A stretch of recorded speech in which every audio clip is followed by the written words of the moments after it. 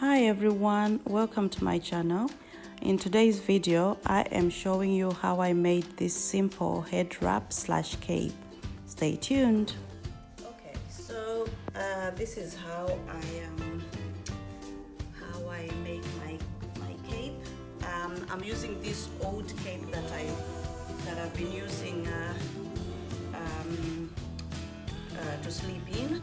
I have this fabric, so I just said to myself, let me see if I can make one out of this chitenge fabric.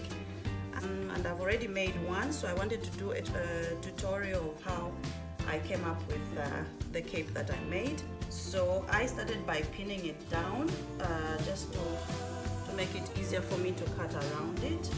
Okay, so I've pinned it all around, and now I'm just going to cut it. So, and one detail before I forget, yes, so before I pinned the cape onto my fabric, I made sure that it was folded the wrong side out. So yeah, so in case you're using a marker or whatever you find easier, so it's always nice to trace on the fabric when it's inside out. So this is what I've done. So I'm just going to cut around it, and when cutting, I don't cut exactly where the cape is. I cut an inch away from the cape, so that when I sew around it, I have room to fold it.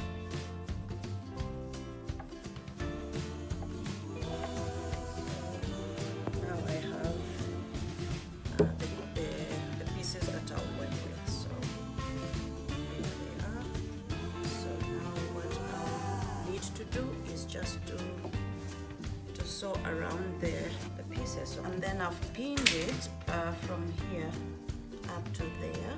So I'm going to close that part first. You might have to measure from the back of your head.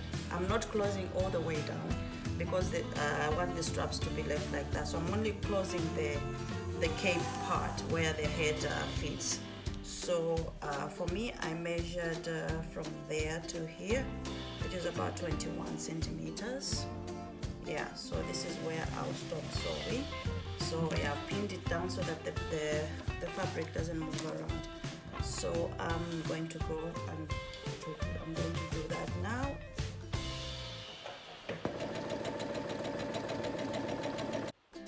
Okay, so I've closed the cape. Never mind the zigzagging of the stitches. I'm still learning. I'm not a pro at this. Anyway, so I've closed up this part, and it looks like this now. It looks like this, and it's still open at the bottom where the straps are, but the cape is shaping. So maybe, yeah.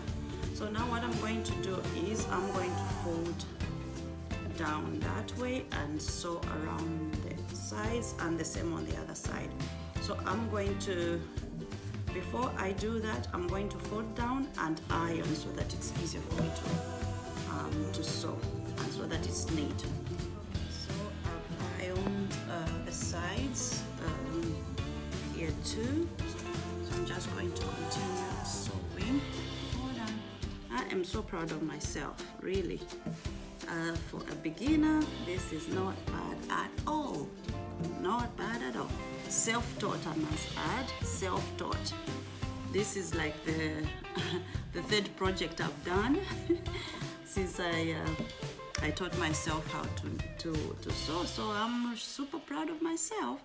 So let's try it on and see how it looks.